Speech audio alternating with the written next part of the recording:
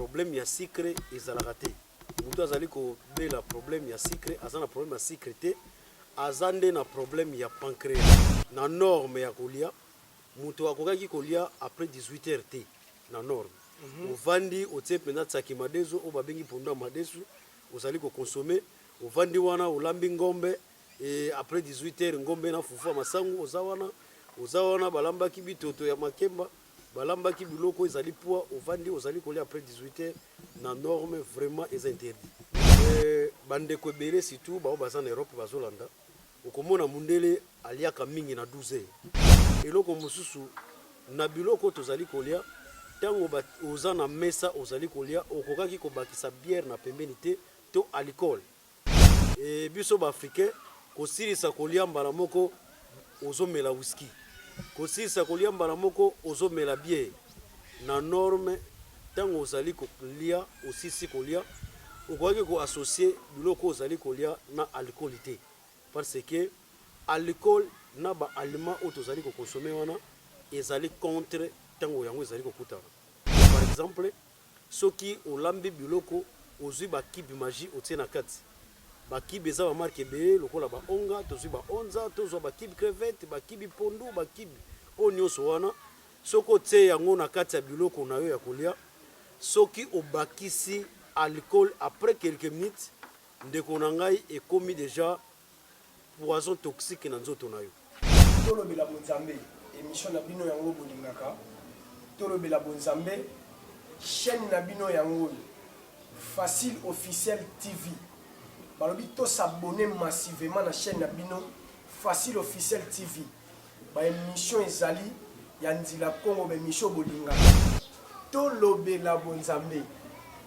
Tolobela bonzambe bana poto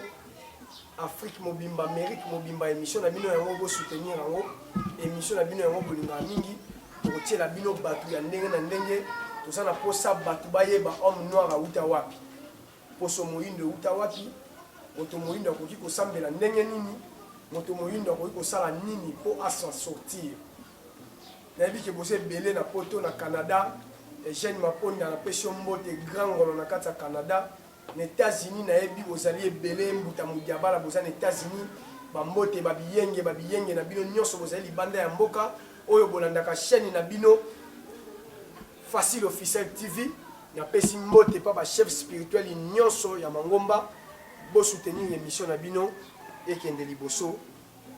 matondo mingi to pesi bino ba mbote ba bonsoir ba bonjour ba yenge ba shalom partout bozolanda biso chaîne na bino yango yo Facile Officiel TV. Facile Officiel TV et opesa bino ba news to ebisaki bino to kita partout. To ke na ba fin fond Congo central yango to sillonner pe to zo baluka na Congo central to robimisela bino ba grand gourou ba maître o ba batama na Congo central o to yebi bango te. Parce biso na chaîne na biso na émission na bino bolingaka mingi tolobela bonzambe tolobaki to kokota partout. Yango lelo to yeko découvrir moko ya ba docteur a minene na kati ya boma to yoki sango na ye to yoki makambu na ye na ba spectacle ba miracle azo sala na ba traitement o ba to balobaka maladie héréditaire a ezo sila to yoki to bi jamais. Photo kita sur le terrain to luka et to koma. Bon continuer ko lande émission na bino tolobela bonzambe na sima caméra to bi ke gloire ngimbi azawana présentateur na bino ye Alexis Mananga to pesi ba mbote Eugène Maponda na Canada place ozali ba mbote belé grand frère propre babi wana gangolo Eugène Maponda na Canada grand frère propre gangolo na Canada ba mbote belé place ozali o petit na yo yebi mwana mama na yo yeyo to pesi ba mbote na États-Unis mbuta mudiabala na États-Unis to pesi ba mbote na mbuta mayasi ne fruit du sud to pesi ba mbote na nga ba diaspora nyonso bozali banda émission na bino yango tolobela bonzambe tokendaka partout toluka ba chef spirituel ya banzila Congo ba prophète ba pasteur bayaka y compris na ba docteur traditionnel po bazo sala fierté ya culture na biso bazo sala fierté ya mboka na biso yango tozana Congo central to yaki tozo tambola toluka ba grand maître na Congo central yo muto zana ba maladie o esila raté oyo monaka ke sila raté to relaxa bino batu oyo basilisaka yango bobengi bango bakosilisa ba maladie bozana ngo yango awa tokitaki na village de nos ancêtres epai ya moko ya badocteur ya minene na boma docteur traditionnel Alain Mbongo na village de nos ancêtres centre traditionnel village de nos ancêtres yango toye kobeta masolo na ye tokosenga na nsima caméra gloire ngimbi afongola biso mpo te toyeba komona invité na biso. Merci beaucoup. Tomoni invité na biso oyo toye koluka na mokolo ya lelo mbote docteur mbote toza awa toye koluka bino mpo toyoki sango na bino toyoki masolo na bino yango esengaki tokóma sur le terrain tokutana na yo mpo ya koyoka baba ya koyoka matoi pasi biso tolingaki mona meso yango esengi tokóma sur le terrain okomeka kotalisa bato bazolanda biso partout na monde entier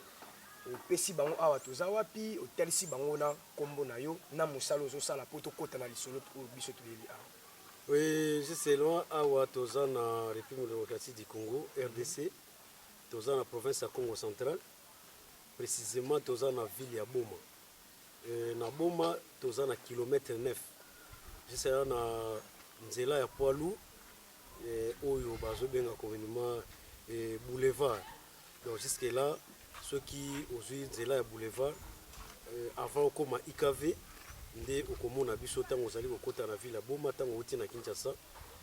jusque là soki ozali kobima okoleka IKV pe omoni biso. Donc ngai papa Alain Mbongo nazali médecin tradit na médecine traditionnelle nazali exorciste.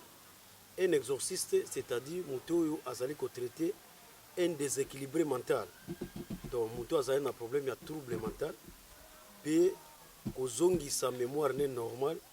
pe a récupérer makambo pe santé mémoire ndenge abanda ko vivre liboso pe kotelemela milimo mabe kobengana yango pe ko protéger moto aza attaqué na esprit impie.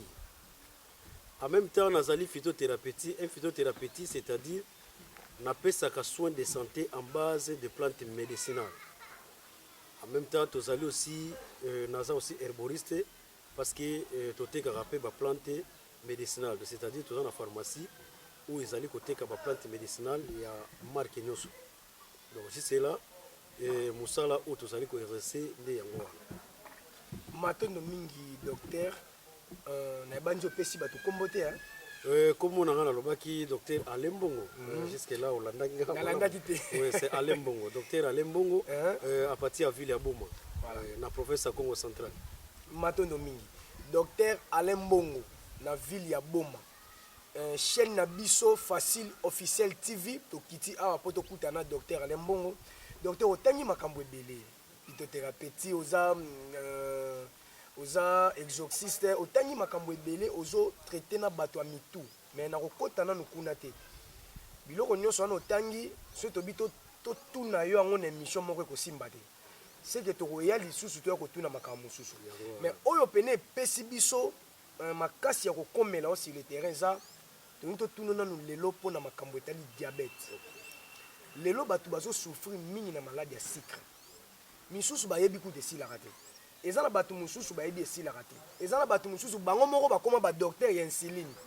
donc ye moko ayebi déjà dose na ye donc ye aza su na mposa monganga te ye moko akendeka na pharmacie asombi abetaka bainsuline na ye mpo na ye amoni ke vie esuka bongo na bainsuline. Donc omeka nani kopesa biso bacause d'abord bacause oyo esalaka ke non bato bazwa diabete wana maladi ya sucre wana. Problème ezali tokoka koloba eloko ya liboso maladi ya sucre ezalaka te. So tolobi maladi ya sucre c'est-à-dire maladi ya sucre ezalaka te eloko ezali pancréas nde ebelaka. Donc pancréas ntango azali kobela nde soki okonsome eloko ezali na glycosé c'est-à-dire c'est un peu de sucre nde hypoglycémie ekomata. Donc taux ya sucre emati amer ekomi moke parce que pancréas mosala na ye na nzoto ya mutu kotindika bololo ntango yo vandi na ndako omelaki te otiaki sucre na kati ntango glycosé mati wana ye alobi ke te naza na posa sucre mata te ye ayeka atie bololo lo soki oliaki makembe tela ye alobi te aye kotia mwa bololo soki oye koutilize oyo babengi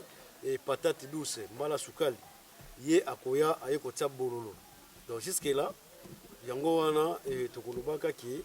problème ya sucre ezalaka te moto azali kobela problème ya sucre aza na problème ya sucre te aza nde na problème ya pancréas donc pancréas na ye nde ezotungisama et c'est pour cela ki akomi na problème ya glycosé ezali koleka hypoglycémie ezali komata epa na ye ndenge moto amataka attention donc jusque là mais nakolobaka ete ndenge olobi bacause oyo ezali koprovoke moto azala na problème ya sucre et que pancréas na ye ebela et que moto akoma na problème ya diabète ezali problème plus ya alimentation so to parler plus na alimentation parce que alimentation nde ezali clé de base oyo ezali koprovoke que pancréas ya moto eza na problème pancréas ya moto ekoma na problème ndenge nini ya liboso nakolobaka ete na norme ya kolia moto akokaki kolia après 18 heures te na norme ovandi otie mpenza tsaki madesu oyo babengi pondu ya madesu ozali kokonsome ovandi wana olambi ngombe e après 18 heures ngombe na fufu ya masangu oza wana balambaki bitoto ya makemba balambaki biloko ezali poa ovandi ozali kolia après 18 heures na norme vraiment eza interdit na norme ntango olie na 18 heures parce que toliaka mpo to utiliser énergie oyo toza nango donc docteur moto akoki kolia après 18 heures te norme après 18 heures eza mabe bandeko ebele surtout bao baza na Europe bazolanda okomona mundele aliaka mingi na 12 heures donc na ntongo ameli mai ya moto mpona kozongisa baintestin na ye ezala libre ake kosala toilette asali vraiment alibere jusque là baintestin na ye aza siko libre et à partir ya 12 heures ayi kovanda na mesa mpona kolia e biloko alie wana un peu de repos azongi na mosala ake koutilize énergie oyo ya biloko oyo auti kolia wana mais sikoyo ntango asaleli énergie wana akoya na pokwa na ndako akolia te akoutilize mo eloko moko ezali na poids te oyo ekopermettre kopesa ye kosurcharge bapumu na ye te mais biso sikoyo tozosalela yango na ignorance eke obimaki banda ntongo ozongi na pokwa ntango yo komi na ndako ovandi na mesa obombe libumu kaka ntango osilisi oza deja fatigué na 20 heures ole na 20h30 oza deja na mbeto ntango estomac no ezali konika biloko wana azali kotindika sikoyo baprotéine na ndenge na bapumu et bapumu no eza surchargé parce que olie biloko eza na bacholestérol ebele c'est-à-dire bapumu eza na mosala ebele osurchargé yango et pancréas akokoma na charge makasi parce que ozotravaille te donc protéine ekomi ebele na nzoto na yo pancréas akomi na surcharge ya kotravaille akochauffe eza lokola motuka oyo bacharge charge eleki ebele ndenge ozomata ngomba eke moteur ekomi oluka kochauffe ntango ezochauffe wana nde ekosala sikoyo pancréas na yo akoka kosala lisusu malamu te kotindika susu amere malamu te parce que azochauffe et d'office eloko mosusu na biloko tozali kolia ntango oza na mesa ozali kolia okokaki kobakisa bière na pembeni te to alcool e biso baafricain kosilisa kolia mbala moko ozomela whisky kosilisa kolia mbala moko ozomela bière na norme ntango ozali kolia osisi kolia okokaki koassocie biloko ozali kolia na alcool te parce que alcool na baaliment oyo tozali kokonsome wana ezali contre ntango yango ezali kokutana et par exemple soki olambi biloko ozwi bakibi magie otie na kati bakibi eza bamarke ebele lokola baonga tozwi baonza tozwa bakibi crevette bakibi pondu bakibi oyo nyonso wana soki otie yango na kati ya biloko na yo ya kolia soki obakisi alcool après quelques minutes ndeko na ngai ekomi déjà poison toxique na nzoto na yo etango yango ekoti ekoya kobebisa barin soki ebebisi yo barin te eya koboma yo pancréas ou bien eyeli yo problème na bapumu na yo toya kolobela oyo etali cirrhose de foie tokolobela problème ya cardiaque na nsima mais lelo tozolobela oyo tozolobela comme pancréas donc yeba ke ntango pancréas na yo ekokutana na problème okomi directement na problème oyo tozobenga wana diabète et diabète ntango yango eye c'est que ezali na bakisi nango ezali kotraite yango et à part ça tozali na baproduit ebele oyo ezali koprovoke ke pancréas ya moto ezwa problème donc soki outi kozala empoisonné ko empoisonné c'est-à-dire elingi koloba te ke batiela yo liboso poison kaka yo moko ko s'empoisonner. Par exemple ozali ko utiliser citron pona koboma formol osombaki ba biloko tozali kolia ba nyama mosusu to ba vivre frais o ozali ko uta eza congelé batiaki ba formol na kati pona ko conserver yango tango yo ozali ko utiliser yango ozwaki formule ko utiliser citron pona ko bebisa formule wana c'est bien citron azali ko acide ou azali ko boma formule OK mais soki utiliser petit cola o ba bengi ngadiadia na lingala soki ozwi ngadiadia ole yango et oke kolia liso eloko batie citron na kati yebaka ke ekomi poison toxique na nzoto na yo akoboma yo barin soki abomi yo barin te akwa kobebisa yo pancréas et ndeko na ngai okomi na problème ya diabète c'est-à-dire babiloko on azali ko décortiquer wana ezali babiloko ezali ko kumbela biso problème ya diabète donc esika yo vandi kaka likanisi na yo ezali héréditaire esika yo vandi ezali keno noko na biso akufaki na diabète ya onga pe na comme na problème ya diabète ozali ko kende ko luka selema basala nzambe babondela pona yo et ndeko na nga diabète na yo ekosila te parce que toboyi te que maladie héréditaire ezali nga naza spiritualiste en tant qu'un exorciste toyebi que maladie héréditaire ezali mais liboso ezali na ba cause yo tala kolia na yo ndenge ozolia na ndako oliaka biloko ozali kotia bakibi na kati ya biloko na yo esima ya koutilize bakibi wana e ozali komela pe alcool na biloko ozali kolia wana tango ozokoma na problème oyo esengi ya diabète mbala moko oui ponoko na biso akufaki abelaki yango nga pene na komi kobela yango ça devient un problème héréditaire non noko no abanda kolia ba produit oyo yo zo consommer et c'est pourquoi yo pe oza victime ya problème ya diabète parce que ezana bande ko belé bazana confusion que ce kozo tia sucre belé na tina yo c'est que ozo problème ya diabète sucre pesa ka diabète na mututé oko consommer miel ata ndenge nini eza tellement délicieuse mais kotika la kozala problème ya diabète té jusque là problème ya diabète et yaka na nzoto ya moto soki pancréas eza secoué soki pancréas na o ezui problème nde okomi ce qu'on a problème ya hypoglycémie donc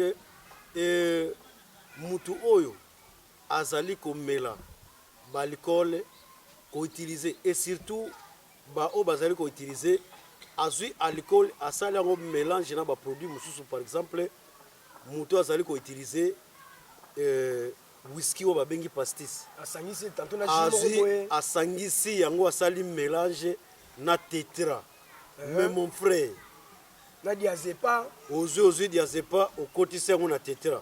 omeli donc azwa koboma yo pancréas na ndenge moko ya rapidité na ndenge oyo tozali kotambola wana mutu asi kozwa pastis azui tetra atie na kati plaquette mobimba tetra mais docteur bolimbisna mais kozwa pastis na tetra mais bayanki bamelango babeswanaki moroidi mais kasi ezosoye bango hemoroïde yango mpe bazokufa avant et ozomona taux ya mortalité oyo ekomi lelo yango te ezalaki lobi kote tosili koleka lelo bato bazokufa ebele par rapport à kala oro na kala bato bazovieillir babandeki koutiliser plus bio babiloko tozoutiliser lelo ezalaki te bakibi magie ezalaki te bakibi pondu bakibi crevette na kala ezalaki te parce que docteur parce que ntango mundele azosala nyonso wana mpo atinda na afrique non tokoloba te ke bamindele bazosala ngo nde bazoboma biso bachinois batiaka sukali na biloko na bango baluba batiaka sukali na biloko na bango ntango balambi madesu eza na glycose ebele bazwi vera sukali batie na kati c'est que bango nyonso baluba babelaka diabète c'est que tozwa bachinois nyonso baza na diabète donc olia sucre yango te eza sucre eza cause ya diabète te donc eloko ezoboma diabète ezali plus produit toxique donc produit eza toxique oyo ezali na neti eye koempoisonner nzoto na yo donc eza un produit toxique c'est-à-dire eza un poison ekoti na nzoto na yo batieli poison na mutu te yo moko vandi na ndako na yo omibomi na yo madame alambeli yo biloko soso alambaki atiaki bakibi tomate na kati atiaki po ezala tellement délicieuse atiaki bakibi na kati yo ntango osisi kolia naza na mbongo na ngai di soki nasilisi kende osombela ngai nkoi nga soki nameli nkoi te soki nameli dopeli te soki nameli boye te nde kosimba te ntango yo ozomela baproduit ndeko na nga mbongo na yo eza bien kolia mpe eza kitoko mais siko ntango yo ozolia kolia ozolia wana yeba ntango ozolia okomelaka masanga te soki ozali komela masanga se kolia te eza lokola bandeko oyo bazali koyekola l'école de chauffeur école de conduite kokumba mutuka bazali koloba eke ntango ozali kokende kokumba mutuka donc soki ozali kokumba komela te soki ozali komela kokumba pe te donc pona kaka eloko moko ou bien kolia ou bien komela na moment oyo ozali komela okolia te na moment oyo ozomela okolia te soki kolia seke kolia komela te soki komela seke kolia te donc moment soki osangisi biloko nyonso mibale ça devait un produit toxique donc na moment oyo mundele azosalela yango mundele azolia yo si ovandi na ndako na yo otalaka na ba TV otalaka na ba ndeko bazali kolamba ba chaîne ya cuisine bazali kolakisa biso ba recette ebele eso mona mutu azali kolia azwi na alcool atie na pembeni je pense que omona te yo na ndenge ya ignorance oyo oza nango lelo nga na kolongolo na ignorance longwa na ignorance wana ozalaki oza na ndako na yo ntango ozolia ozwaka biere otia na pembeni ozwaka whisky otia na pembeni oliaki 12 heures osi okonsomaki deja biloko oyo oliaki wana osalaki deja baénergie nyonso oyo ya biloko oliaki wana baprotéine wana eza konsome okomi na pokwa na ndako toza na saison sèche malili ezali ozwi whisky na yo omeli esala yo eloko te parce que biloko oyo oliaki deja esi elekaki esi osalelaki yango deja esi okonsomaki deja yango mais tanka oyo osilisi kolia mbala moko tiela ngai fimbu tiela ngai kelewele sangisa bango na pastis osali cohesion ya ba whisky omeli yango eke kokutana na biloko mama alambelaki yo mpo ezala malamu amonaki recette tia boye ezongisa boye eye koprovoke lo maladi makasi e kokonsome biloko eza na cholesterol ebele ozolia misuni tititi toboyi te ntango ozali okonsome misuni yebaka ke mama azolamba soso na ndako atia mpe mwa ndunda pembeni azolambelo soso atia mpe mwa pondu pembeni azolambelo ngombe azwa mpe mwa fei moko oyo ezoya kosala ke aboma cholesterol wana ezala ebele te adiminue gaz na yango eya kolukulu maladi te e okokonsome yango na butu na ba 20h 21h te olembala moko 1h de temps 2h de temps oki kolala norme biloko mutu alie il faut à utiliser yango pendant 5h 3h 4h 5h de temps nde akokende se reposer na mbetu et ko permettre ye et que azwa problème ya pancréas te donc pancréas eza secoué na ba produit eza toxique nde mutu akomi na problème ya pancréas tango pancréas esili kobela nde siko mutu aye na problème ya diabète oyo tozali kobenga hypoglycémie matondo mingi tozolanda docteur Alain Mbongo azomeka kotalisa biso ba cause oyo esalaka ke non mutu azwa diabète o pancréas ekoka suko kobimisa amer nango te docteur na nyonso uti koloba wana eza na bato siko na baolanda yo bazosouffrir na maladie oyo batamboli partout pe bazwi na bango solution te bango bakoma ba docteur na bandako bato nyonso o pancréas na bango ekufi soki bayepa na yo est-ce que oza na capacité wana ya kozongisa pancréas wana mutu bamelaka su kisi te avandi atikali normal akomi na vie réelle eloko na koloba kozongisa pancréas na état normal eza mosala na biso maladi nyonso soki omoni obandi kobela soki maladi eza na premier degré eza na facilité ya kotraite yango na rapidité soki maladi ekomi na deuxième degré c'est-à-dire ekomaka na un peu difficile ya kotraite mais ekosisa yango soki maladi ekomi na troisième degré c'est-à-dire ekomi na difficulté ya kosisa yango donc ou bien ekosila ou bien topedre yo do yango wana yo nde kozolanda ngai na mboka place ozali na Afrique du Sud na Canada na Brazzaville Mali Sénégal bamboka nyonso bozolanda biso na Turquie bandeko baza kuna aussi totraité tozosala publicité ya maladie ya mutu te biso totangaka bakombo bato te totraitaki kingandi tosalaki boye parce que maladie na yo eza kosala publicité te ocontacte biso tozotraité yo eke maladie na yo ekosila mpe okotrouvela yango solution tokotraité biso tokoya kopesa yo kisi oyo ekoregle sucre na yo te mais tokoya kotraité maladie oyo ezali ke kosila donc maladie oyo tobengi pancréas c'est-à-dire kosilisa yango mpe kokende kopesa kopermettre eloko babengi pancréas donc ntango tozali kotraité pancréas na yo c'est-à-dire okozala lisusu na problème ya hypoglycémie te okomela mpe lisusu kisi te mpe otie confiance na yo epa na biso c'est-à-dire okose retrouver na problème na yo ya pancréas oyo ezali kotungisa yo ele yo mbongo ebele okoma médecin yo moko okoma komitobola batonga obanga su tonga te mpona nini sucre na yo soki namoni boye c'est-à-dire médecin ayebisa nga na mitobola tonga longwa na bombo wana me koyebisa yo ke pancréas totraitaka yango ezali maladie oyo eza na kisi na yango totraite yango mpe maladie wana esili donc nakoexplikaka bino baeffet oyo okosentir soki nanu odetecte te na nzoto na yo eke ozali na problème ya diabete na nzoto na yo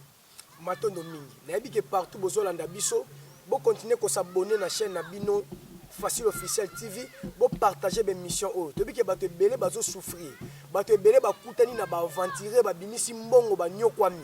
mais bazwi solution te docteur Alain Mbongo yeyo abeti tolo abi na baproblème ya bapancréas eza ute eloko te abi eza dada po toyoki masolo na ye partout yango esengi tokita toya koluka ye boyebi biso totambolaka pamba te donc toye koluka ye mpo toyoki ya koyoka yango esengi tokoma docteur so mpona bato baza libanda ya mboka baza na bafride ici baza na baétats-unis baza na France baza na problème oyo est-ce que eza na délai fixe oyo koki koassire bato nga mpona diabète oyo eza na premier degré to deuxième ou troisième degré ndenge toloba wana totraitaka yango na durée telle en plus mpona bato baza mosika okosala ndenge nini soki balobi bapesa confiance mpona traitement problème toza na yango jusque là tokendaka liboso ya koconsulite malade oyo tozotraite ntango yo ozali komitiaka na problème ya diabète bauti kokanga yo na diabète examen esalemaki sur les glycémies kofefe hypoglycémie bamonaki ke oza na problème ya diabète jusque là na ta nyonso oyo osali wana omelaka bakisi ozwaka batonga oyo ozwa wana tokoki kozwa directement kisi kaka kotiela yo koli te totindeli yo esengelaki koconsulite yo vraiment kosala examen tosali diagnostic biso moko tomoni ke ya solo vraiment oza na diabète ndeko nanga mokili toza na batéâtre ebele okokende mpe quelque part par rapport a bamoyen oza nango bafonde eloko moko ke oza mpe na diabète par rapport bazwa moyen kokotisa yo na kili moko boye kwa donc biso tokosenga koconsulite d'abord toconfirme vraiment diagnostic oyo ya plainte oyo opesi biso ke oye naza na problème ya diabète boye tolandeli yango mpe tokodécouvrir que vraiment plainte oyo opesi tokondane vraiment pancréas na yo aza fautif azali kopesa yo vraiment aza kotindika su bololo te nde tokoya kosala sikoyo bakisi mpe kotraite mpe malade mpe na baanticorps ya mutu et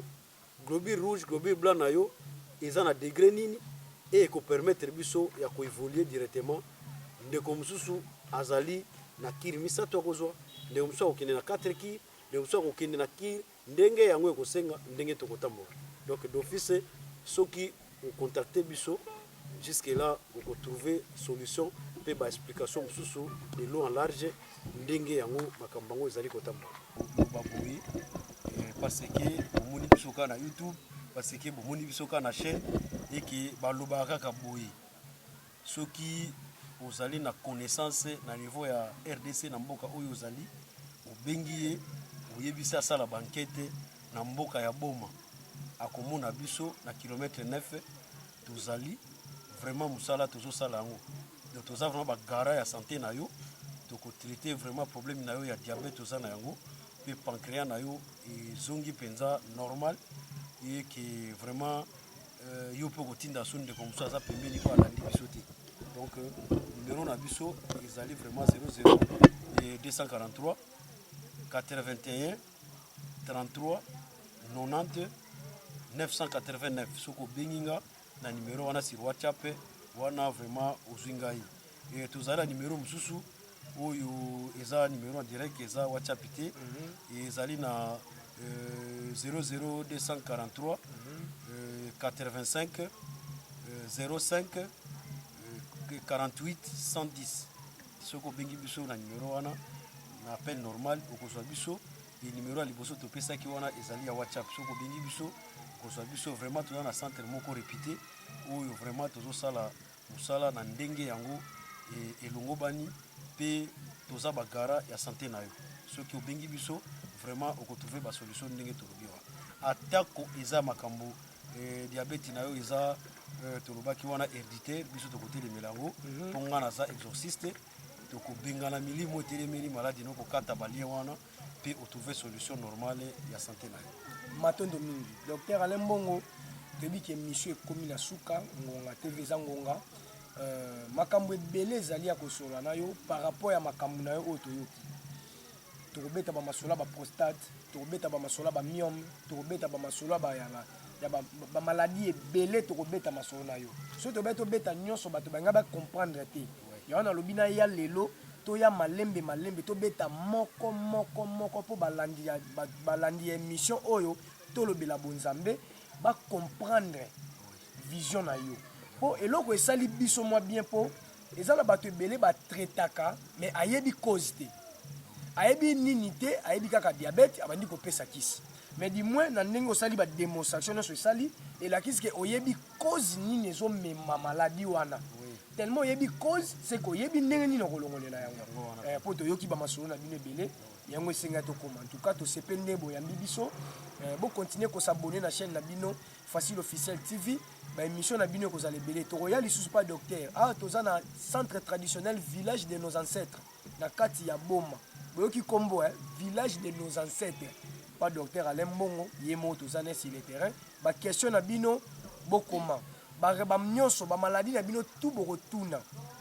numéro yango wana apesi bino bobenga ye moko bokoyoka ye moko ndenge akoloba na bino mais tokoya lisusu na baémission mosusu nayebi te soki maloba nini okoki kopesa mot de la fin ekozala nini problème kaka ya suka nde nakoloba na yo ndeko ozobela oza na problème ya diabète